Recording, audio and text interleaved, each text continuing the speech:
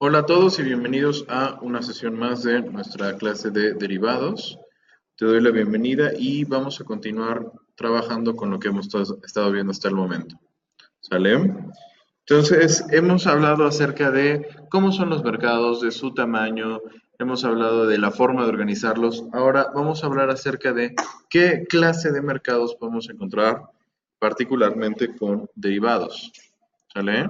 Entonces, lo que vamos a hacer ahora es hablar acerca de los tipos de mercado que existen dependiendo de cada clase de activo.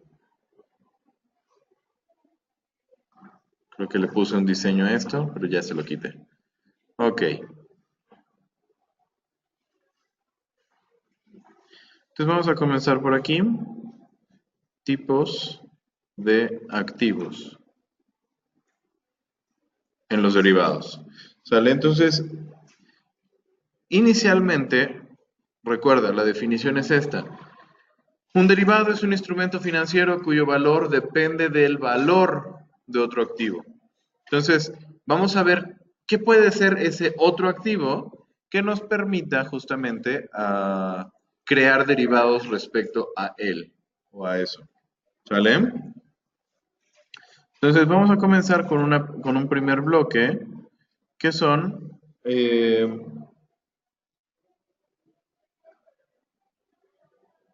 accionarios.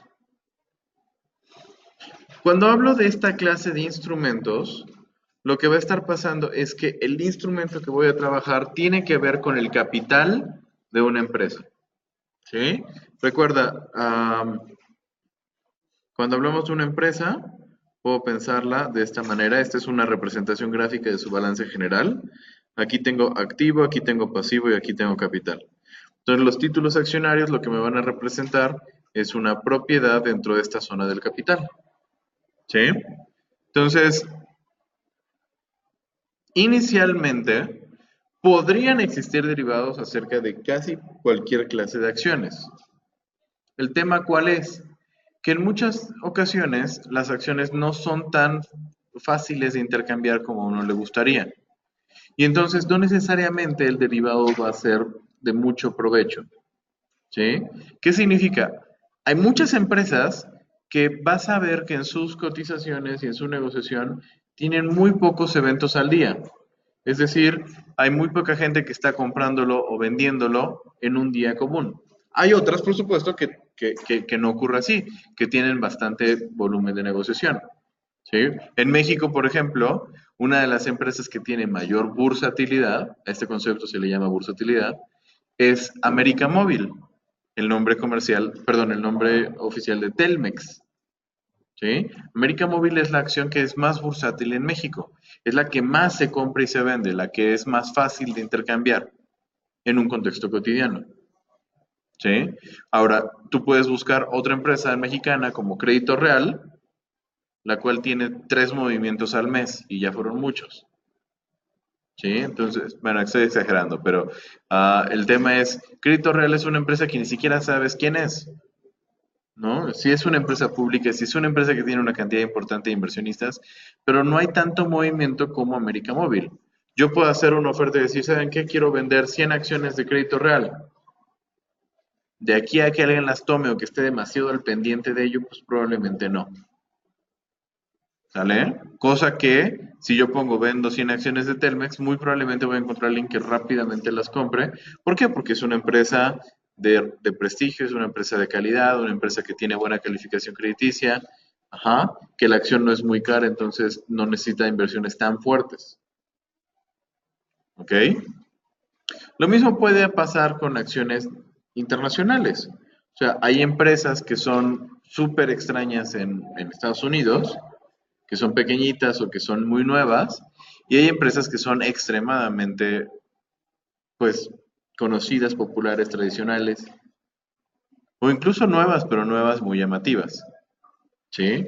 Por ejemplo, o sea, empresas que precisamente por su innovación son llamativas, podemos hablar de Twitter, de Facebook, ¿no? Tradicionales, podemos hablar de Google, podemos hablar de Microsoft, podemos hablar de Apple, podemos hablar de PetroChina, ¿sí? Son empresas como que siempre han estado ahí. FEMSA, Coca-Cola, pues, ¿sí? Son empresas que tienen prestigio, siempre han estado ahí y que pues de alguna manera tienen el reconocimiento de los inversionistas y que muchos portafolios normalmente las tienen. ¿Sale? Entonces, con estas empresas tal vez sería con las que se pudieran hacer derivados. El tema es, inclusive con ellas de pronto son muy pocas, es muy poco lo que se podría negociar de ellas y al final no es tan conveniente tener títulos de derivados sobre acciones en específico. ¿Qué es lo que más frecuentemente encontraremos? Entonces, lo que más encontraremos más bien sería índices respecto de acciones. Ahora, te platico un poco cómo funciona el índice. Tengo una serie de acciones, o vamos a ponerlo así, más que de acciones, vamos a pensarlo como empresas. Entonces tengo aquí una serie de empresas. Tengo la empresa A, tengo la empresa B y tengo la empresa C. ¿Sale? Entonces, de cada empresa yo tendré una cantidad específica de acciones. Digamos, de la empresa A tengo 100, de la B tengo 150 y de la C tal vez tengo 200. Y el precio de la acción, pongo S por precio spot, en este momento, en el día de hoy, va a ser de 30 pesos, de 25 y de 33. ¿Ok? Entonces, lo que va a pasar es esto. Esta combinación del número de acciones me crea una especie de, vamos a llamarlo así, de referente, el cual es la composición que yo le estoy dando a mi índice. ¿Ok? Yo estoy diciendo que mi índice es juntar el valor de 100 acciones de la empresa A, 150 acciones de la empresa B y 200 acciones de la empresa C. Ahora, ¿a cuánto equivale esto? Bueno, 100 acciones de la empresa A que cuesta 30 pesos cada acción, estamos hablando de 3,000, ¿cierto? 150 acciones de la empresa B a 25 pesos cada una, serían 150 por 25, serían 3,750. Y luego 200 acciones de la empresa C a 33 cada una, tengo aquí 6,600. Entonces, si yo sumo los 6,600, los 3,750 y los 3,000, tendría un total de 13,350.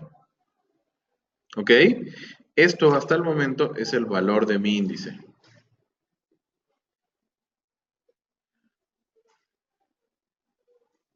Ahora voy a trabajar con esto junto para que lo pueda reducir un poco, porque voy a necesitar algo de espacio. Ahora, imagínate que en otro momento en el tiempo tengo precios diferentes. Entonces tengo a lo mejor de la empresa A, el precio subió a 33, de la empresa B el precio subió a 27 y de la empresa C el precio bajó a 30. ¿Sale?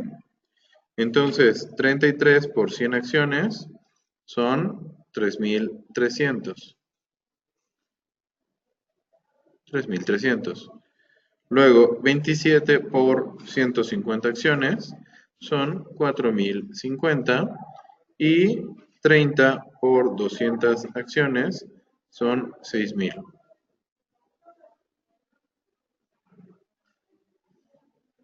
Entonces, el total serían 13,350. Curioso, les prometo que no lo planeé.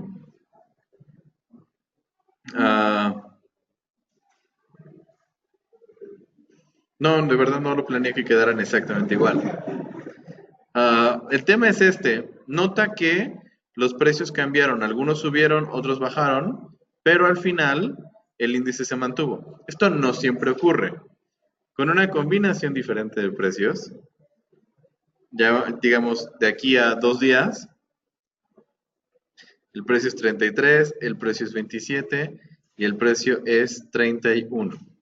¿Sale? Entonces son 3,300, 4,050 y 6,200, ¿cierto?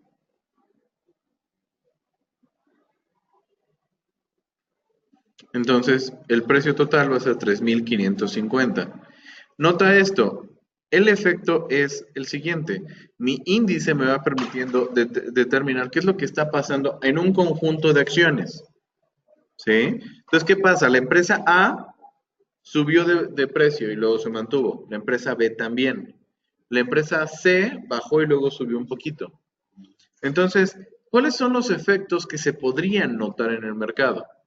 Si lo notas de ese 0 a ese 1, ¿sí? Del tiempo de hoy a dentro de un día o un año, lo que está pasando es que los precios podemos decir que se mantienen. O sea, si algunos suben, otros bajan, pero más o menos se compensaron las subidas con las bajadas. En el caso del título, perdón, del día 2, lo que ocurrió fue que subieron, bajaron, pero mayormente el efecto que se notó fue de un pequeño incremento de precios. ¿Sí van conmigo? Porque Rich me comentaba y decía que si así es como funciona la Bolsa Mexicana de Valores. Y pues sí, o sea, realmente la bolsa es un conjunto de empresas y de cierta manera sería muy difícil darle seguimiento a todas y a cada una de ellas. Como para que yo diga, ah, mira, la empresa 1 subió un 10% y la empresa 2 bajó un 30% y la empresa 3 subió 4%. Entonces, ¿qué es lo que se hace? Se determina una colección de empresas, las cuales van a ser como si fueran una muestra de todo mi mercado. ¿Sí? Es como, en lugar de yo hacer un censo, hago una encuesta. ¿Ok? Entonces, con estas empresas hago una encuesta de qué es lo que le está pasando al mercado mexicano. Y veo lo que le hicieron, lo que le pasó a estas 20, 30 empresas. Y dependiendo del efecto que yo vi en ellas, hago conjeturas respecto del efecto global. ¿Sí? Entonces, aquí imagínate que estas 3 empresas son empresas mexicanas que cotizan en la Bolsa Mexicana de Valores y que yo te estoy diciendo que esas van a ser mi muestra de todas las empresas mexicanas. Que sea una buena o una mala muestra es otra cosa, ¿sale? Pero con ellas estoy haciendo como mi encuesta de qué le está pasando al mercado mexicano. ¿Correcto? Entonces, algunas suben, otras bajan, pero por ejemplo, lo que veo del día 0 al día 1 es que no hubo cambios. Y lo que veo del día 1 al día 2 es que hubo un ligero incremento. ¿Sí lo notas? El efecto que más se notó fue incremento. Entonces, para eso nos van a servir los índices accionarios, para no saber exactamente lo que le pasa a todas y cada una de las empresas, pero tener un referente. Por ejemplo, aquí del día 0 al día 1, el incremento que se experimentó fue del 0%. ¿Estás de acuerdo? 0%. Pero si yo lo veo, por ejemplo, en la empresa 1, el incremento fue del 10%. ¿Sí? En la empresa 2 son 2 de 25, es del 8%. Y en la empresa 3, 3 entre 33, esto me está dando un decremento del menos 9,09%. ¿Sí? Entonces, ¿qué fue lo que pasó? Subió 10, subió 8, bajó 9, o sea, entonces lo que estoy viendo es que por la forma en la que yo planteé mi índice, que es con esta cantidad de acciones de cada una de las diferentes emisoras, estoy teniendo que el efecto que yo estoy notando es de no hubo cambios. ¿Correcto? El efecto que se está notando es como si no hubiera habido cambios. Mientras que hacia el tercer día,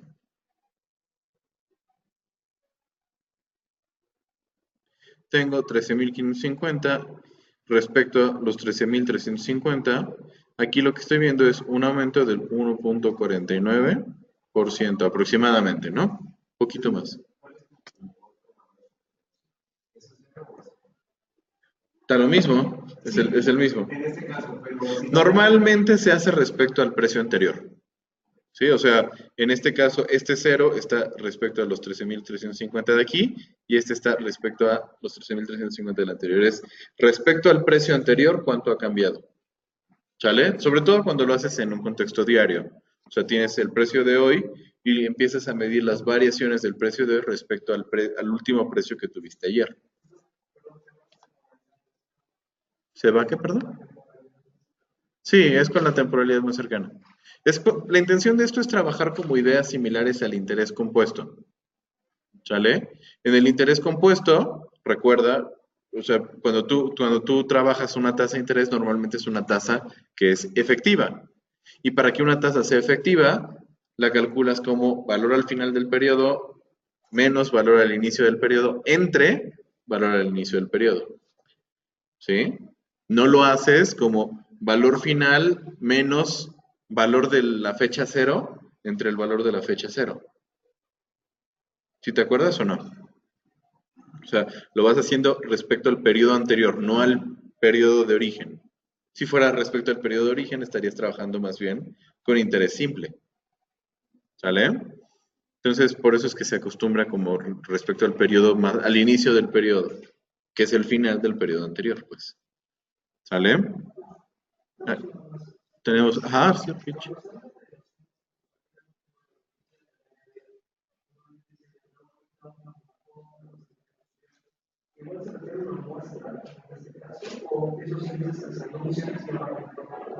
No, justamente es hacia donde vamos. O sea, te platico esto para que entiendas que es un índice. Y sí, efectivamente, lo que escuchamos normalmente en las noticias, que la Bolsa Mexicana de Valores subió tantas unidades, o el Dow Jones se cotizó a la alza, o el Standard Poor's presentó una pérdida de tantos puntos porcentuales. Eso es justamente lo que está midiéndose a través de esta forma de pensamiento. O sea, por ejemplo, aquí 13.350, 13.350 y 13.550, lo que te estoy diciendo es mi índice Standard Rich, ¿sí? Lo que hizo fue cotizar de 13.350 unidades a 13.550. Cotizó a la alza 13.550 unidades. O tuvo una ganancia del 1.49%. ¿Qué cosa? Mi índice. Pero efectivamente, todos y cada uno de los índices que existen en todo el mundo son muestras de alguna bolsa en específico. Son muestras de mayor o menor tamaño, de ciertas características respecto a algunas acciones. Por ejemplo, por supuesto, aquí en México no tengo como tal derivados o lo común no es encontrar derivados respecto a acciones. Lo encuentras respecto a índices accionarios. Entonces, por ejemplo, ¿cuál es el índice más importante en México? El índice de la Bolsa Mexicana de Valores, que es el IPC, Índice de Precios y Cotizaciones. Una nota al margen, y digo esto nada más lo comento, pero no es tan relevante para el contexto de derivados. IPC en cualquier otro país que no sea México, ¿sí? En México significa índice de precios y cotizaciones. En todos los demás,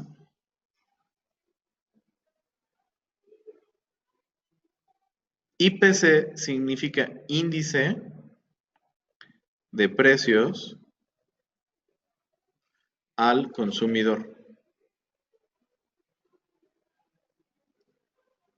¿Ok? Nosotros tenemos un índice de precios al consumidor y nuestro índice de precios al consumidor se llama INPC, Índice Nacional de Precios al Consumidor. Ahora, ¿por qué te digo esto? Porque nuestro índice de bolsa se llama IPC. Y entonces, en todos los países, el IPC, que realmente para nosotros es este concepto, se utiliza para calcular la inflación. O sea, se hace algo similar a lo que tenemos aquí abajo, pero con los productos de la canasta básica. ¿Sale? Entonces yo con los productos de la canasta básica hago una colección de lo que sería como una despensa. Y entonces es decir, a ver, esta despensa costó 500 pesos el día de hoy.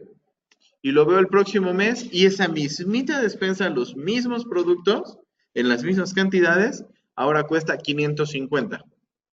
Lo que significa que se nota en el país una inflación de 10%. ¿Sí lo notas?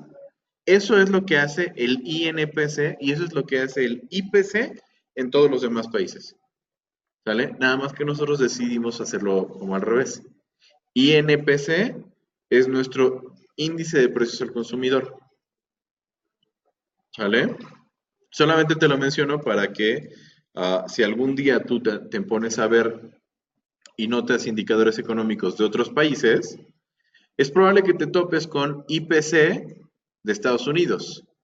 Ahora, no nos confundamos porque IPC para Estados Unidos no es un índice accionario, es un índice de canasta básica que lo que les va a permitir es medir la inflación en Estados Unidos. ¿Sí estamos? Aquí en México lo que nos permite medir la inflación del país es el INPC, ¿correcto? Entonces, bueno, nada más era un paréntesis cultural. IPC en México es el índice de precios y cotizaciones. ¿Sale? Es el índice de la Bolsa Mexicana de Valores. Ahora, ojo, como ya les he platicado, existe ya otra bolsa de valores que puede plantear también su propio índice. ¿Sale? De hecho, existen muchos índices en México. No el IPC es el único. Es el más común, es el más popular. Y es el que asumimos como mejor representación de la bolsa mexicana. Sin embargo, tenemos como el índice de mediana capitalización, que son 30 empresas que no son ni de las más grandes ni de las más pequeñas, ¿sale? Sino que tienen una capitalización intermedia.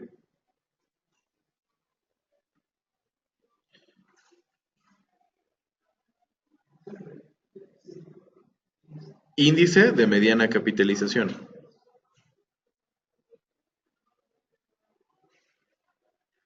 Tenemos el índice de dividendos, por ejemplo, que lo que mide es cuánto pagan de tasa de dividendos una muestra de empresas. Entonces, hay muchos índices en México, pero vamos, el más común es el IPC. Todos estos, o bueno, estos tres que te mencioné, son índices mexicanos vinculados en algunos temas a cosas accionarias. Ahora, no todos los índices, o más bien, tú podrías encontrar índices de diferentes bolsas alrededor del mundo.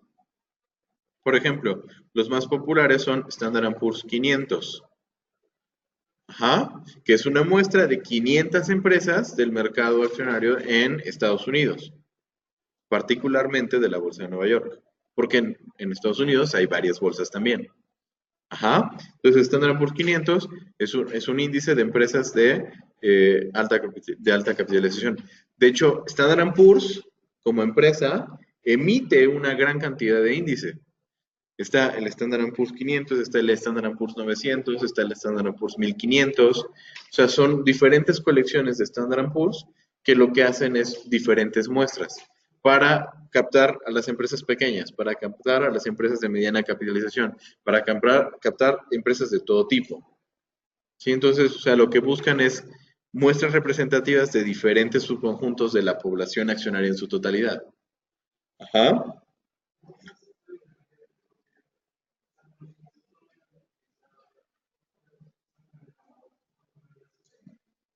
Sí, sí, o sea, cada quien puede emitir su propio índice y decir mi medida, o sea, la medida Nacho de la Bolsa Mexicana de Valores vale tanto. Que de eso a que se adopte es otro boleto, pero sí, cada quien podría plantear su propio índice sin tener como mayor relevancia hacia el mercado. Ojo, repito, el hecho de que yo plantee un índice no necesariamente significa que la gente le va a hacer caso. Entonces tengo el Standard Poor's 500 en Estados Unidos. También, por ejemplo, tengo el Dow Jones Industrial Average, que normalmente también trabaja como sacando muestras de empresas, pero por sectores. Entonces, hay un Dow Jones de cuidado de la salud, hay un Dow Jones de empresas energéticas, hay un Dow Jones de empresas de servicios financieros, de empresas de tecnología. Entonces, ahí por sectores tienen diferentes índices, en donde el contenido de las empresas de esos índices son de un solo tipo. Por ejemplo, tenemos el índice de empresas tecnológicas en Estados Unidos, el Nasdaq. Ajá. Y bueno, en otras bolsas del mundo, por ejemplo, el Nikkei 225. ¿Por qué crees que se llama Nikkei 225?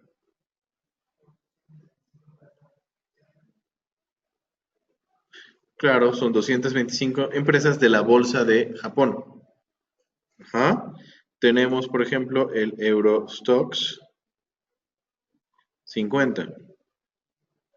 El Eurostoxx 50 es un índice de bolsas europeas. El FTSE, Future Trade and Stock Exchange, si no me falla la memoria, es de la bolsa de Londres. Por ejemplo, tenemos el DAX de la bolsa alemana. ¿Sale? No me preguntes el nombre de DAX porque, o sea, está en alemán. ¿Sale? La X es por Index, termina en Index. Es lo único que te podría decir. Deutsche, ay, no sé qué más. ¿Sale? Empieza en Deutsche algo, es un gran trabalenguas en medio y termina en Index. ¿Ok? Ah, por ejemplo, de la bolsa de Suiza, tengo el SMI, Swiss Market Index. De la bolsa de Francia, es el CAC. Y entonces, existen diferentes índices en diferentes bolsas. Entonces, bueno, vemos que existen varios índices dependiendo de las diferentes bolsas y centros bursátiles en todo el mundo. Habrá algunos que sean más populares que otros, ¿sí? Pero la lógica de ellos es la misma. Ahora, ¿qué ocurre aquí? Yo probablemente no voy a tener un derivado respecto a todas las empresas en las que invierta, pero vamos, la idea es esta. Este derivado más o menos, perdón, este portafolio de empresas que yo maneje, más o menos tendrá un comportamiento que dependerá de lo que le pase al mercado, que tenga correlación con el mercado. ¿Sí? Entonces, yo lo que puedo hacer es, si estoy invirtiendo en acciones mexicanas, podría tal vez a través del IPC crear ciertos elementos de cobertura para estas acciones. ¿Sale? Entonces, no podré tener un seguro específico sobre la acción A, B y C, pero bueno, tengo un seguro que más o menos me protegería con respecto a lo que podría pasar en cada uno de ellos. ¿Correcto?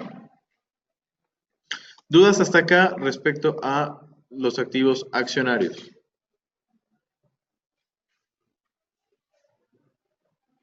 Ese es el que lleva más tiempo, los otros son un poco más fáciles.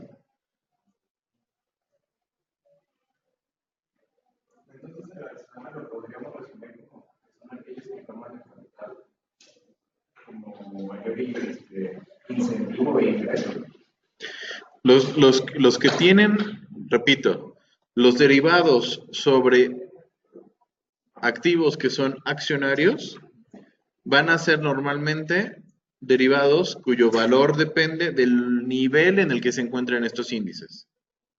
¿Sí? El nivel Standard Poor's se encontró en 2000 unidades. ¿Sale? Entonces yo te doy el derecho a comprar o a vender el índice en 2100, por ejemplo. Entonces puede ser que compre 250 puntos del índice a 2100 y que el índice vale 2500. Entonces estoy ganando $400 porque estoy comprando $400 más baratos en cada uno de los 250 puntos del índice. Entonces, ¿mi ganancia cuánto es o cuál es el valor que yo le doy a este derivado? Son los 400 por 250. ¿Sí? Pero aquí el tema son accionarios porque con lo que trabajan son cuestiones que están abarcando esta parte de las empresas, la parte del capital. ¿Sale? Son acciones lo que estoy trabajando en esencia. Ahora, tasas de interés. Cuando yo hago un derivado de tasas de interés, mayormente lo que estoy garantizando es la tasa de interés hacia la cual yo puedo prestar o pedir prestado una cierta cantidad de dinero. ¿Cómo lo voy a ver? Lo voy a ver como que a través de este derivado yo voy a poder comprar o vender una cierta cantidad de bonos. ¿Sale? Entonces, prestar dinero. Cuando yo presto dinero, ¿qué estoy haciendo? ¿Estoy comprando o estoy vendiendo bonos?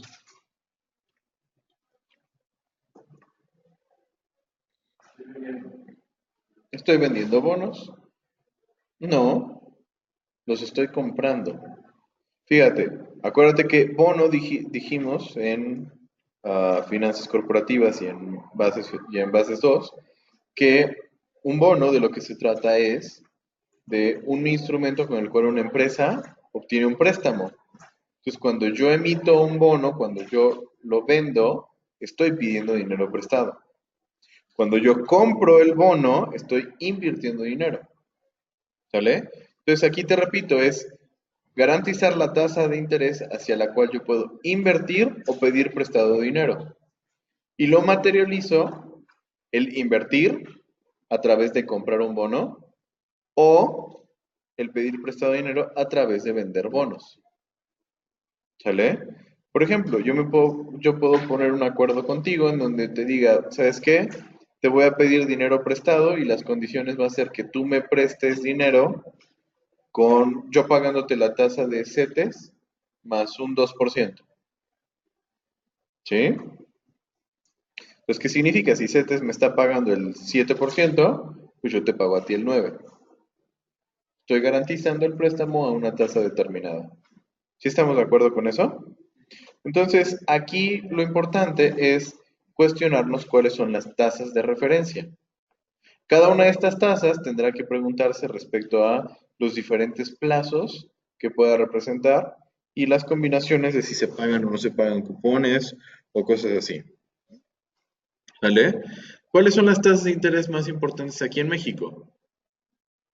La primera, que es como un referente muy importante, CETES. Ojo, no te estoy diciendo que sea la tasa más importante de México, pero sí es muy probablemente la que es de más referente, porque es de la más utilizada. Cualquier persona que mínimamente tiene conocimientos básicos de finanzas conoce de CETES en México.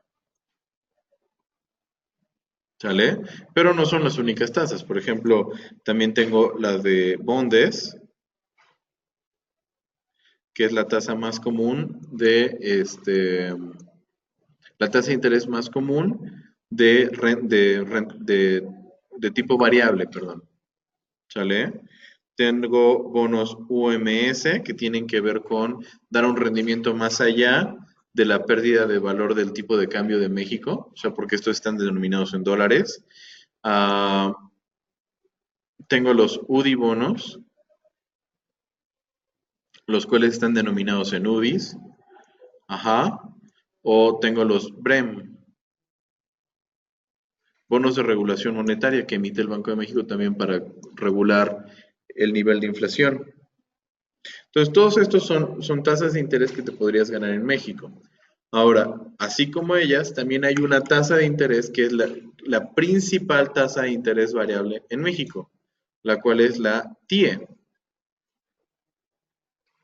tasa de interés interbancaria de equilibrio.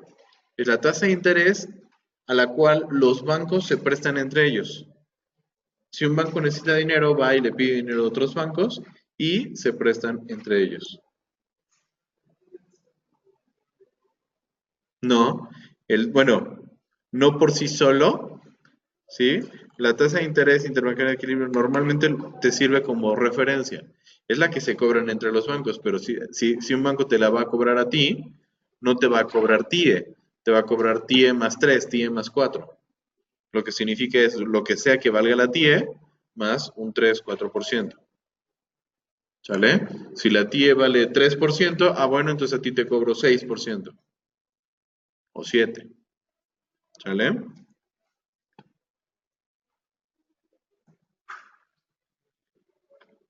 Entonces, estas son las principales tasas de interés que vamos a encontrar en México. Ahora, a nivel mundial existen otras tasas de interés que son muy importantes. Por ejemplo, la tasa de 30 años de los Treasury Bonds. Es de las más importantes porque es de lo considerado como más seguro, entre comillas, a nivel mundial. Porque es una tasa de 30 años respaldada por Estados Unidos, ¿no? También está por 10 años.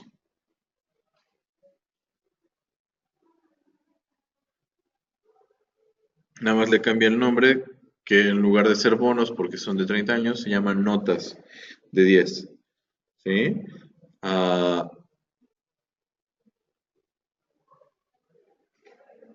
está la tasa de fondeo de la Fed,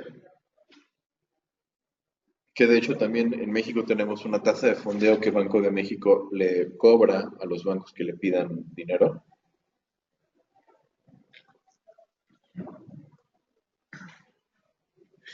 Ajá. Están, por ejemplo, la Euribor, que son tasas, es una tasa variable de Europa.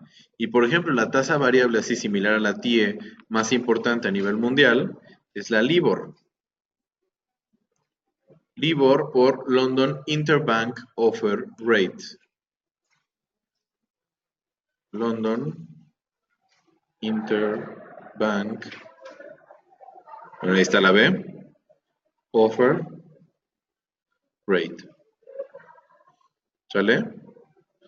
LIBOR.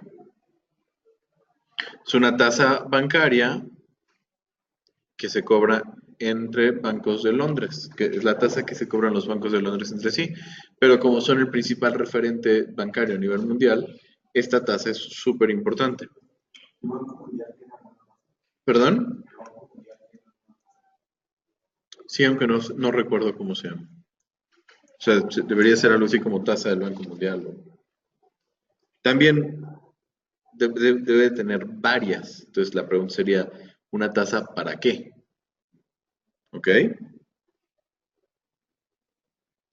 Entonces, te repito, lo que hago con esto es garantizar una tasa de interés a la cual yo puedo prestar o pedir prestado. ¿Ok? Más adelante, o sea, cuando estemos trabajando con el capítulo 5, 6 y 7, veremos cómo se trabajan a detalle esta clase de instrumentos de tasas de interés. ¿Hasta aquí alguna duda? Ok, continuamos entonces. Aquí también podré trabajar con divisas. ¿Vale? Divisas. Cuando yo hago un derivado sobre divisas, lo que voy a estar haciendo es fijar la razón de cambio entre una divisa y otra. ¿Ok? Entonces, cuando yo hago un derivado respecto al tipo de cambio del peso dólar, lo que hago es garantizo la razón de cambio en la cual yo puedo intercambiar una cierta cantidad de pesos por dólares o viceversa. ¿Ok? Entonces, lo que vamos a trabajar con tipos de cambio es respecto a una divisa con otra. ¿Ok? Entonces, las divisas más importantes en el mundo son el dólar americano, obviamente, el euro de la Unión Europea, el yen japonés,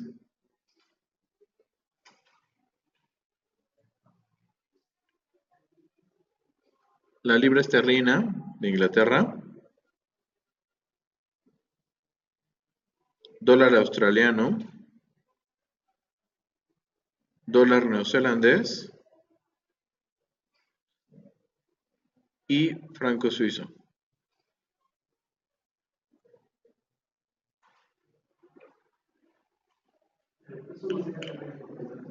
Me encantaría que el peso fuera importante, pero no.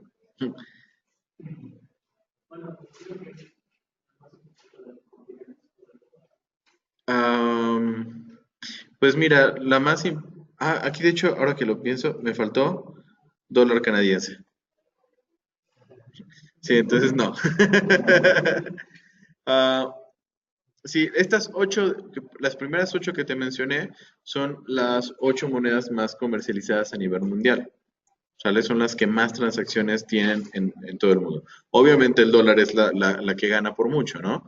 Pero las demás son de las más importantes. Peso mexicano, me encantaría que fuera una moneda importante, pero la realidad es que no. Y sí, quizás es de las más importantes de América Latina, pero también tienes el real brasileño.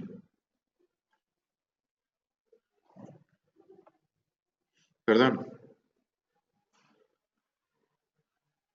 Sí, sí está bien. El real brasileño. Sí, o sea, el real brasileño podrías pensar que compite con el peso mexicano como la moneda de las economías principales de América Latina. ¿Sí? Ojo, el quetzal y todo eso no tiene nada que hacer aquí. Si el peso mexicano es exótico, o sea, no te quiero decir cómo son esas otras. ¿Perdón? Los bolívares, los soles, todo eso, pues no. Las únicas que tienen ahí como un poco de aceptación es el peso colombiano, ¿sí? El peso argentino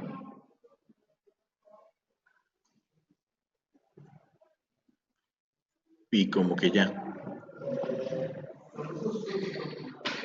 ¿Perdón? Sí, en Rusia, digo, ojo, estas son como monedas de América Latina, ¿no? Está, por ejemplo, el rublo en Rusia, que también es una moneda relativamente importante, pero vamos, no tan importante como las primeras 8, ¿sale? Es relevante. La lira turca, la en Singapur, ¿qué hay?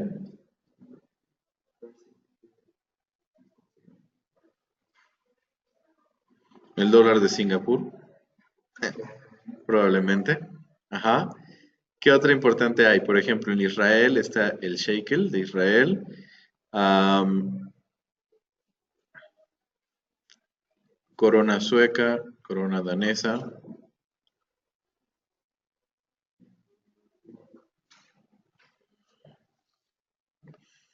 Sí, está. ¿Qué más? ¿Qué más? El dólar de Hong Kong, el won de Corea.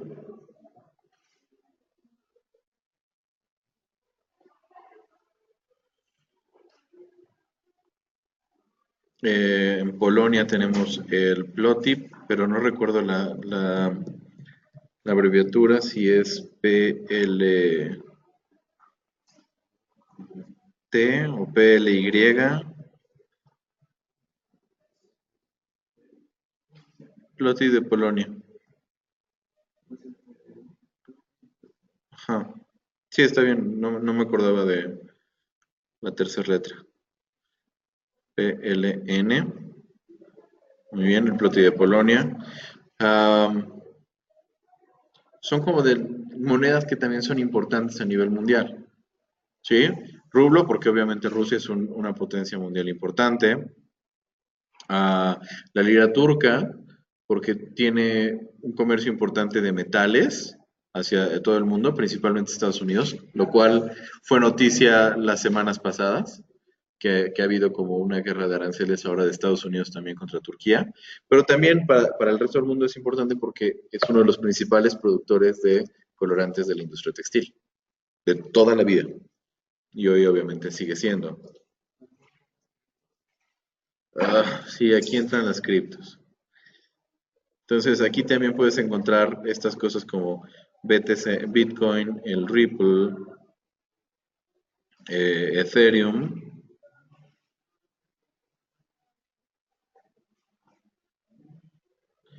Sí, las criptomonedas también tienen la función de divisa.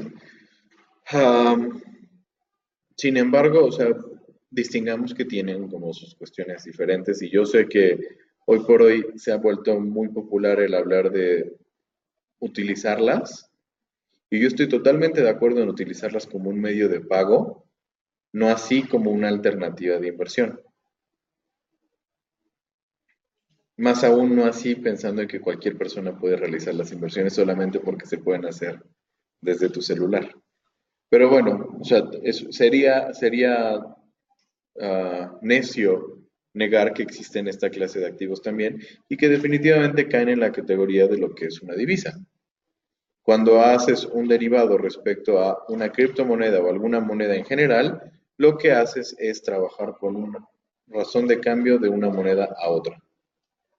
¿Sale? O sea, ¿cuántos dólares me van a costar un euro? ¿O cuántos yenes tengo que pagar para recibir un peso mexicano? Normalmente cuando ves este tema de divisas, estaremos trabajando las cotizaciones. Las cotizaciones de divisas se acomodan de la siguiente manera. Normalmente vamos a ver una cosa de este estilo, ABC, X, Y, Z. Entonces lo que te dice es, las primeras tres te hacen referencia a la moneda que estás negociando, la cual vamos a llamar moneda base, y las siguientes tres te dicen la denominación. ¿Sale? Entonces, ¿qué significa esto? Por ejemplo, yo podré ver EUR-USD como una cotización. ¿Sale? Es euro-dólar. Significa cuántos dólares, que es mi denominación, tengo que pagar para comprar un euro. ¿Sale?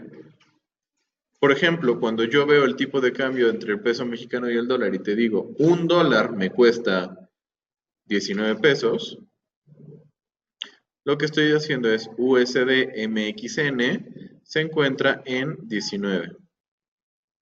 ¿Sí? Comprar un dólar, que es mi base, me cuesta 19 pesos mexicanos. Comprar un euro, en el ejemplo anterior, me cuesta una cierta cantidad de dólares. ¿Ok? Entonces, esto para cuando lo veamos más adelante, tómalo en cuenta de esta manera. La moneda que es base, le vamos a llamar extranjera. Y la moneda que es denominación, más adelante le vamos a llamar local. ¿Ok? Esto va a ser útil para capítulos 5, 6 y 7.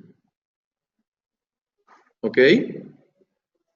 Ahora, una distinción importante que tengas es que así es como se trabaja en los mercados reales. O sea, así es como se llevan las cotizaciones.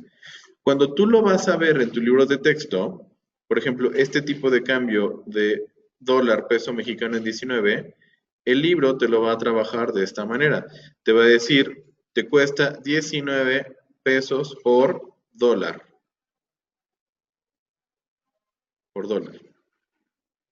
¿Sí? Entonces, fíjate, primero te presenta la moneda de denominación y luego te presenta la moneda base. ¿Sí? Aquí es por cada un dólar yo tengo que tener 19 pesos. La lógica es la misma, nada más que el ordenamiento es diferente. Está al revés. Pongámoslo así.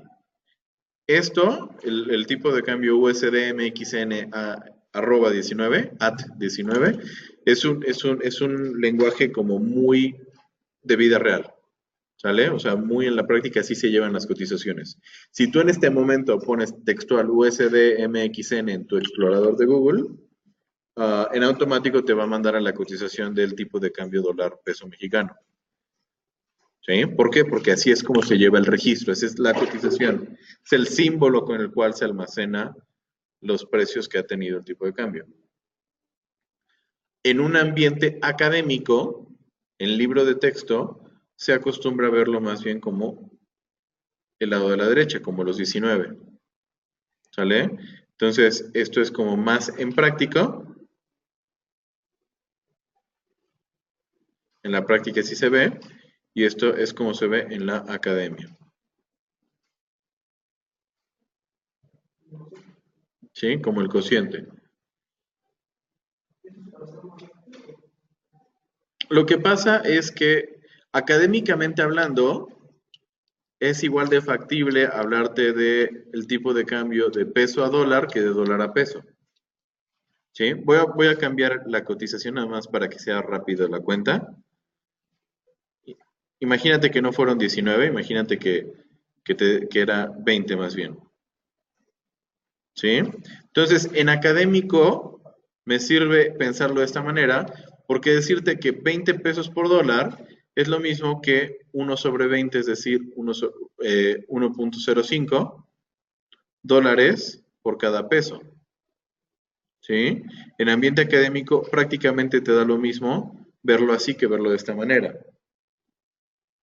Y el equivalente, pensándolo como en vida práctica, sería trabajar una cotización que fuera de la forma MXN USD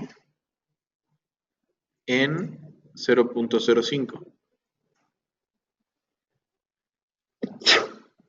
Gracias, que vamos, en teoría puede existir. Sin embargo, en la realidad, MXN USD no se lleva primero porque sus unidades ya de por sí son pequeñas, son en centavos. ¿Sí? Y entonces, las cotizaciones en la vida real son muy puntuales. O sea, cuando yo hablo de un tipo de cambio, puedo llegar a trabajar hasta una 10 milésima de valor y eso es relevante. El cambio en una 10 milésima de valor es un cambio relevante. O sea, no me da lo mismo decirte, por ejemplo, el eurodólar cuesta 1.08147, que decirte que el eurodólar cuesta 1.08197, por ejemplo. Ahí hay 5 10 milésimas de variación, o sea, 5 centésimas de centavo. ¿Sí? A esa variación en español se le llama puja y particularmente con divisas se le llama PIB. ¿Sí? Es la razón, es el cambio mínimo que se llega a notar. Y de hecho en divisas incluso es tan insuficiente que se maneja la décima parte de un PIB también. O sea, un pipet se le conoce. Entonces, la 100 milésima es relevante. Entonces, fíjate, si en una cotización de enteros como 20 pesos por dólar, una 100 milésima puede ser relevante, imagina la cantidad ah, de decimales que tienes que estar llevando para guardar la misma relevancia con esta cantidad de centavos. O sea, ya no son 100 milésimas, sino que son 10 millonésimas. ¿Me explico? O sea, es impráctico. En la vida real no se puede. Ahora, imagínate esto. Ahorita la cotización con 20 y 0.05 está fácil, pero si toma en cuenta que puede ser un precio diferente, 20 con .0001, ¿sí? Que es un precio diferente, el precio de arriba se tendría que ajustar. El tema es este. Probablemente el ajuste se tenga que redondear. Y entonces puede resultar una de dos.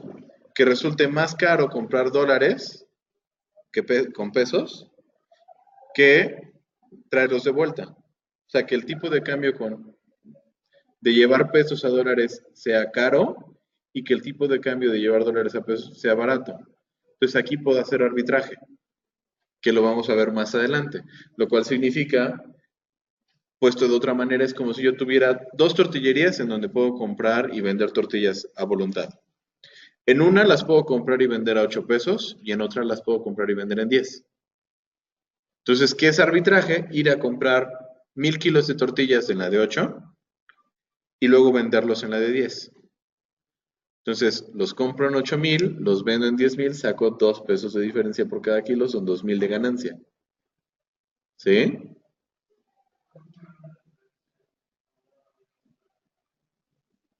ese es otro tema, ¿no? Que tiene que ver con el spread que ya vimos en el caso anterior.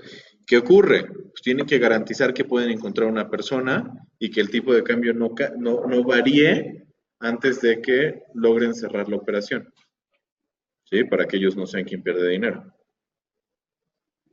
¿Correcto? Entonces,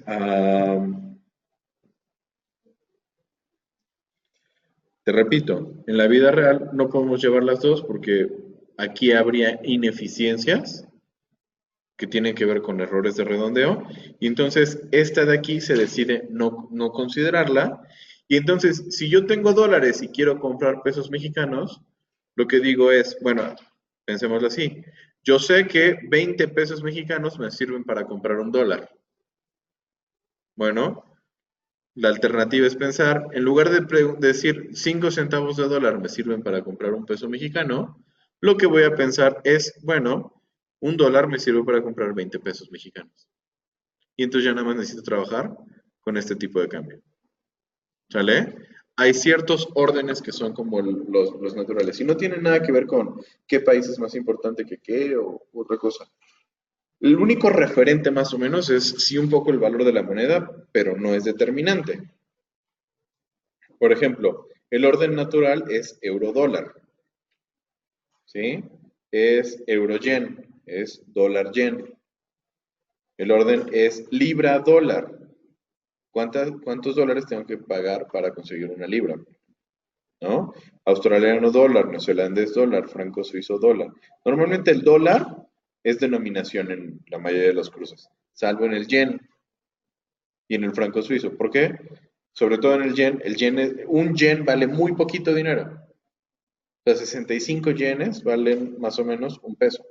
No miento. Se me acaba de escapar la idea de cuántos yenes son un peso mexicano. Creo que sí, por ahí está. Pero, o sea, varios yenes hacen un peso mexicano. 110, 120 yenes hacen un dólar. Un yen son 17 centavos. Entonces, 6 yenes hacen un peso. ¿Me explico? Entonces, normalmente el yen denomina porque es una moneda que es muy pequeña. ¿Sale? Pero te repito, o sea, el chiste es, existe la convención de trabajar un orden en particular, ¿sale? Y si yo quiero hacer compras o ventas, simplemente tomo ese punto como referencia y de ahí se hacen las conversiones, para que no se creen ineficiencias en los mercados.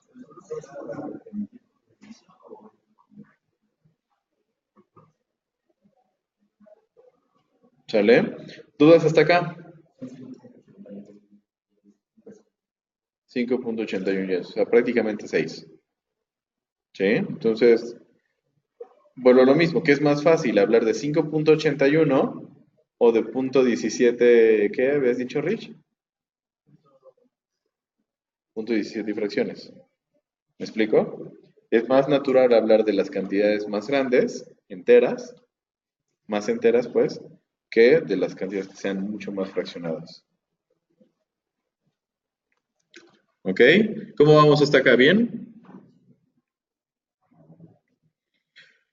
Ok, una categoría más. En esta categoría vamos a incluir algo que se llaman los commodities. Commodity no tiene una traducción literal hacia el español. ¿Ok? Commodity más o menos lo podemos interpretar con el concepto que nosotros entendemos como materia prima. ¿Ok? Sin embargo, no es suficiente porque materia prima, por ejemplo, descarta la idea de gasolina. La gasolina no es una materia prima, ya es un producto producido, ¿cierto? Sin embargo, la gasolina sí es un commodity. Entonces, podríamos entender el concepto de commodity como una mercancía que prácticamente no ha tenido ningún proceso, no ha sido procesada, o que su grado de procesamiento no la ha hecho volverse un producto distinguible. ¿Sí? debido a que es un procesamiento todavía muy sencillo. Por ejemplo, ah, la gasolina es un producto básicamente indistinguible. Me da lo mismo un litro de gasolina de aquí de Puebla que un litro de gasolina en Monterrey o un litro de gasolina en Mérida.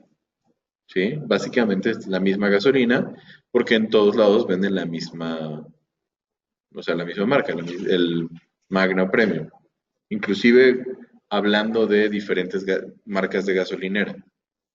¿Sí? O sea, la gasolina sigue siendo la misma. Entonces da lo mismo de donde la compre. ¿Ok? Am, cosa que a lo mejor hacia el aceite ya no ocurre similar. Ya no son lo mismo los aceites de diferentes marcas. ¿Me explico? Entonces ya se volvió suficientemente distinguible. La gasolina no lo es. Entonces, los commodities, te repito, pensemos como en esta idea de materias primas, pero también abramos el concepto a aquellas que también han recibido un poco de proceso, siguen siendo incluidas dentro de esto. Entonces, los commodities los vamos a poder distinguir en dos categorías. La categoría de extraíbles y la categoría de renovables. Que si recuerdas de tus clases de geografía en primaria, o sea, cuando te hablaban de recursos naturales, te decían que había renovables y no renovables, ¿no? Entonces, como para tratar de ponerle un poco de conciencia a la gente que trabajamos en mercados financieros, no hablamos de recursos no renovables, sino que hablamos de recursos extraíbles. ¿Sí? Entonces, aquí tenemos el petróleo, el gas natural, la gasolina, ¿sí? Todos estos son productos extraíbles que vienen de la perforación de algún pozo petrolero. Pero, por ejemplo, también aquí tenemos cuestiones como metales preciosos, ahora sí. Entonces, tenemos el oro, que se representa con el símbolo XAU. Tenemos la plata, XAG, platino, XPT, paladio, XPD, ¿sí? Tenemos el cobre, tenemos el aluminio,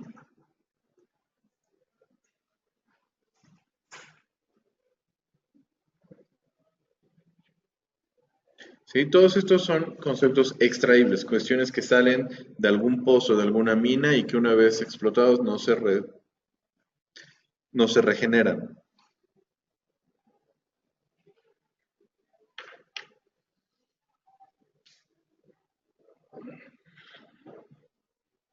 Ahora, aquí te menciono petróleo en general, pero toma en cuenta que existen diferentes mezclas, ¿perdón? No, diferentes mezclas de petróleo mismo. O sea, porque el petróleo que se extrae en México no es necesariamente igual al de Arabia Saudita, ni es igual al de Texas. O sea, en cada región el petróleo tiene características particulares. Por ejemplo, uno de los petróleos más populares a nivel mundial es la mezcla WTI, West Texas Intermediate. Es la mezcla más importante o de las más importantes a nivel mundial porque las características de ese petróleo es que tiene una concentración de azufre muy baja. Y entonces, por su baja concentración de azufre, es ideal para fabricar gasolina. ¿Sí? WTI. No, así se llama la mezcla, WTI. ¿Sí? Entonces también está la mezcla mexicana o la mezcla Brent, por ejemplo, que es otra mezcla también importante. No, de Estados Unidos también. ¿Sale? Son diferentes mezclas. Y te repito, lo único que tiene que ver es como los componentes químicos o la composición que tiene esa misma, ese mismo petróleo. En diferentes países, o en diferentes regiones, en diferentes pozos, el petróleo es distinto, pero vamos, los yacimientos son grandes, entonces Se obtiene mucho petróleo de cada yacimiento. ¿Sale? Am, Ahora, ¿qué es lo que hacemos aquí? Estoy garantizando que yo pueda comprar o vender alguno de estos commodities en un precio determinado en una fecha futura, tal cual. Cuando yo hablo de renovables, entonces voy a estar trabajando con cuestiones que mayormente están vinculadas a agricultura y a ganadería. ¿Sale? Entonces, por ejemplo, aquí tengo muchos productos agrícolas. Tengo azúcar, tengo café, tengo trigo, tengo maíz, tengo naranjas. ¿Sí? Cuestiones vinculadas a temas agrícolas. También a temas de, ¿cómo se llama? A temas con cuestiones de agricultura, perdón, de ganadería. ¿Sí? Entonces tengo, por ejemplo, ganado, para aquellos que les gusta comercializar con el ganado.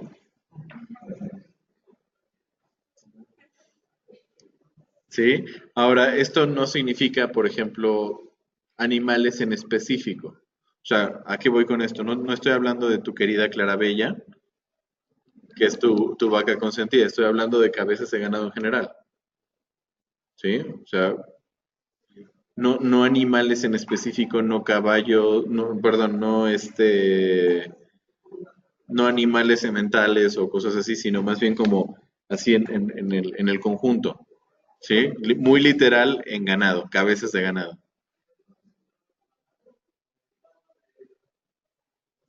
Puede ser como ganado, aunque también hay sobre, por ejemplo, sobre la carne. ¿Sí? También hay contratos sobre la carne. Cerdo, ¿no? También, o sea, sin agraviar a los presentes. No, pero ganado, hablo de reses, hablo de la carne que obtengo de ellos, hablo del cerdo, ¿sí? Cosas que obtengo también, o sea, la leche, por ejemplo, sería algo que yo estaría incluyendo en esta perspectiva. El queso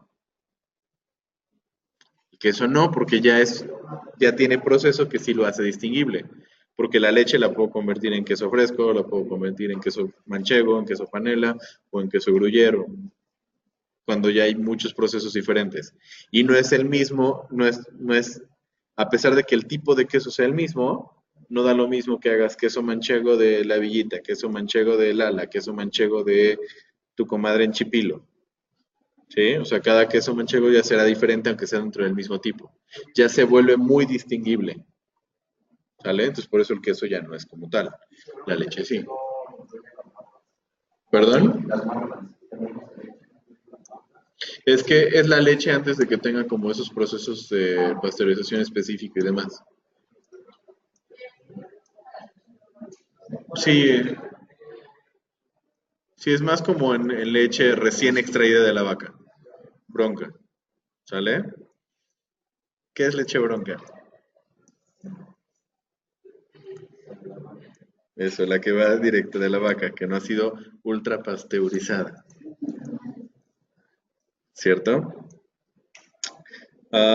Aquí, bueno, también en esa categoría, digo, ya no son animales y sería más bien como de producto agrícola, aunque no es tal cual agrícola, pero por ejemplo la madera también es algo que se comercializa. La pulpa de papel también es algo el papel también es algo que se comercializa, ¿sale? Entonces siguen siendo productos renovables. Entonces, los commodities se manejan en una categoría diferente, sobre todo porque su manejo representa costos adicionales que normalmente no ves en los otros activos financieros. Por ejemplo, almacenar las acciones de una empresa no es difícil. O sea, literal, las acciones de una empresa podrían caber en el mismo espacio que la carpeta que utilizas para tus apuntes. ¿Sí? O exagérale en el tamaño de una caja de paquetes de hojas. ¿Sale? Entonces, o para los que vienen de fuera en una caja de huevo, ¿no? Entonces, ¿qué es lo que ocurre? Ahí podrías almacenar toda una empresa. Pero si yo hablo, por ejemplo, de un camión de naranjas, de 1000 kilos de naranjas, no las puedo almacenar en un espacio tan pequeñito. Entonces, eso implica costos de almacenamiento diferentes. Las naranjas, el café, el trigo, son cosas que se pueden echar a perder. Las acciones no. O sea, el papel de las acciones no se va a echar a perder. Puede durar por mucho, mucho tiempo. Entonces, los commodities tienen manejos diferentes al resto de los otros activos y por eso también se manejan en una categoría por separado. ¿Ok?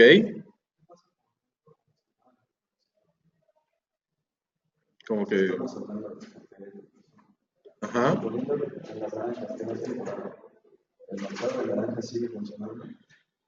Ok, ¿qué pasaría si estoy hablando de mercados que están muy susceptibles a la estacionalidad? Sería la pregunta, ¿no? O sea, por ejemplo, que yo hable de naranjas y que no sea temporada de naranjas. Ajá. Entonces, los mercados se adaptan justamente a la temporalidad del producto. Entonces, ¿qué ocurre? Si yo sé que no se cosechan naranjas voy a inventar una fecha, en marzo, no voy a hacer un contrato de naranjas para marzo. No se va a permitir, es más, en los mercados estandarizados no va a haber contratos de naranjas para marzo.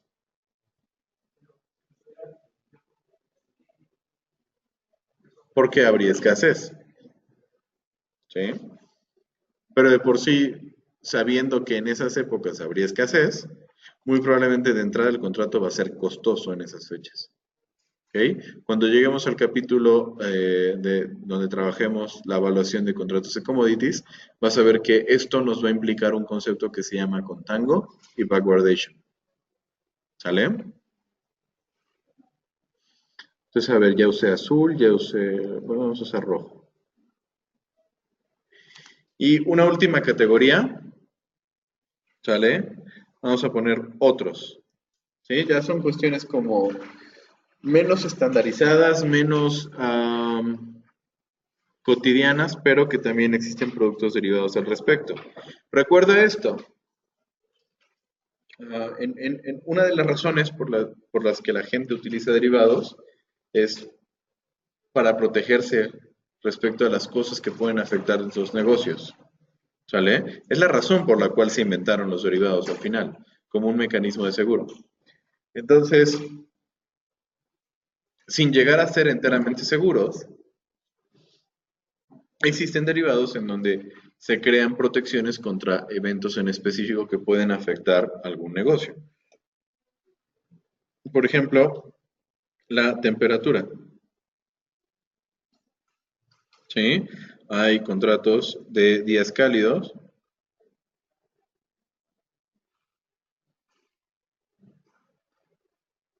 o de días fríos. Entonces, si las temperaturas son inusualmente altas o inusualmente bajas, va a haber un pago a la persona que tenga el contrato. ¿Sale? Si yo tengo un contrato de días cálidos, el día en donde la temperatura sea inusualmente alta, yo recibo un pago. ¿Sale?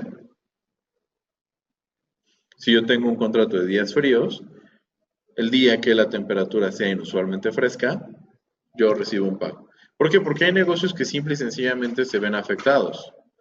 Por ejemplo, si yo hablara de la producción de flores, ¿sí? Bueno, es que las flores serían afectadas por ambos. Temperaturas inusualmente altas y también temperaturas inusualmente bajas. El café, por ejemplo, ¿no? La fresa se da solo en temperatura fría. ¿Ok? ¿Asumiré que eso es correcto? Desconozco. ¿Sí? Pero bueno, asumiendo que la fresa solo se diera en temperatura fría, si tú tienes una temporada en donde la temperatura es inusualmente alta, no vas a poder cultivar tantas fresas o de plano no vas a poder cultivar fresas como antes. Entonces, esta clase de contrato te puede servir. ¿Sí? Yo siempre pongo como ejemplo, ¿qué tal que yo tengo un negocio de venta de helados? Si la temperatura es inusualmente fría, la gente no va a comprar helados. Si la temperatura es inusualmente caliente, entonces sí van a comprar helados.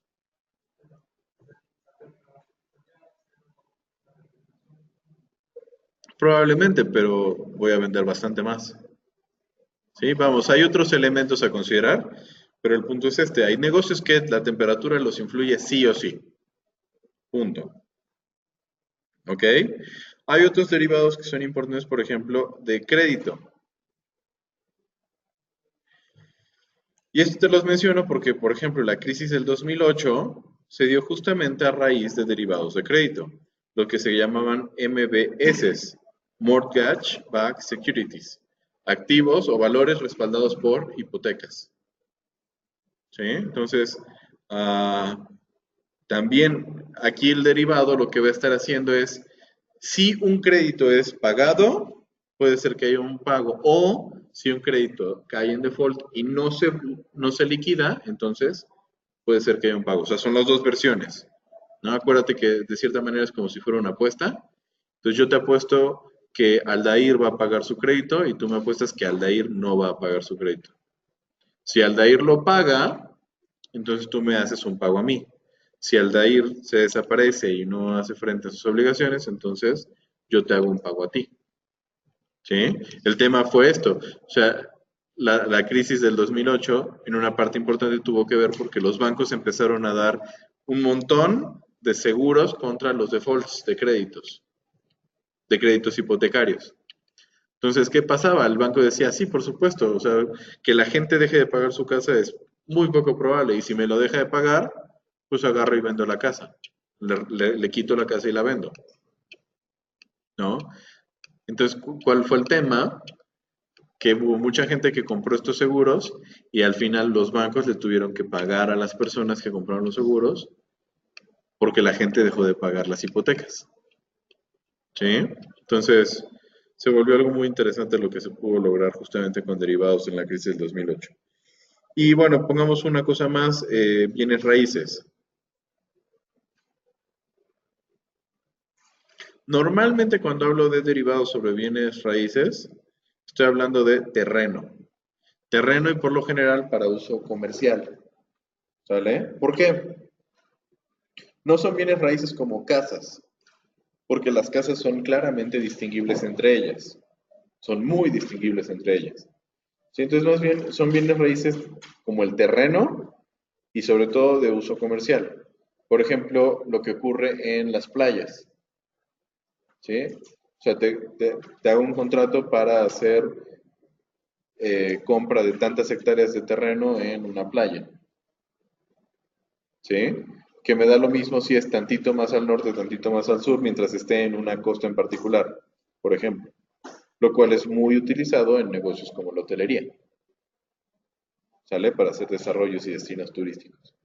Entonces también existen derivados sobre bienes raíces, pero te repito, tiene que ver más como a garantizar que yo voy a comprar un terreno a un precio en particular. ¿Vale? Bien chicos, hasta aquí, ¿alguna pregunta, alguna duda o todo quedó perfecto y absolutamente claro y transparente?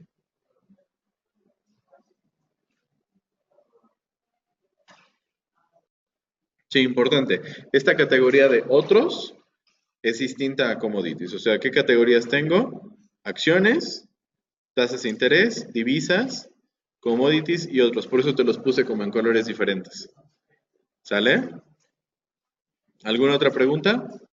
Muy bien, parece ser que tanto en vivo como a distancia está todo en orden. Entonces, chicos, vamos a parar por ahora. Les agradezco muchísimo que estuvieran en esta sesión.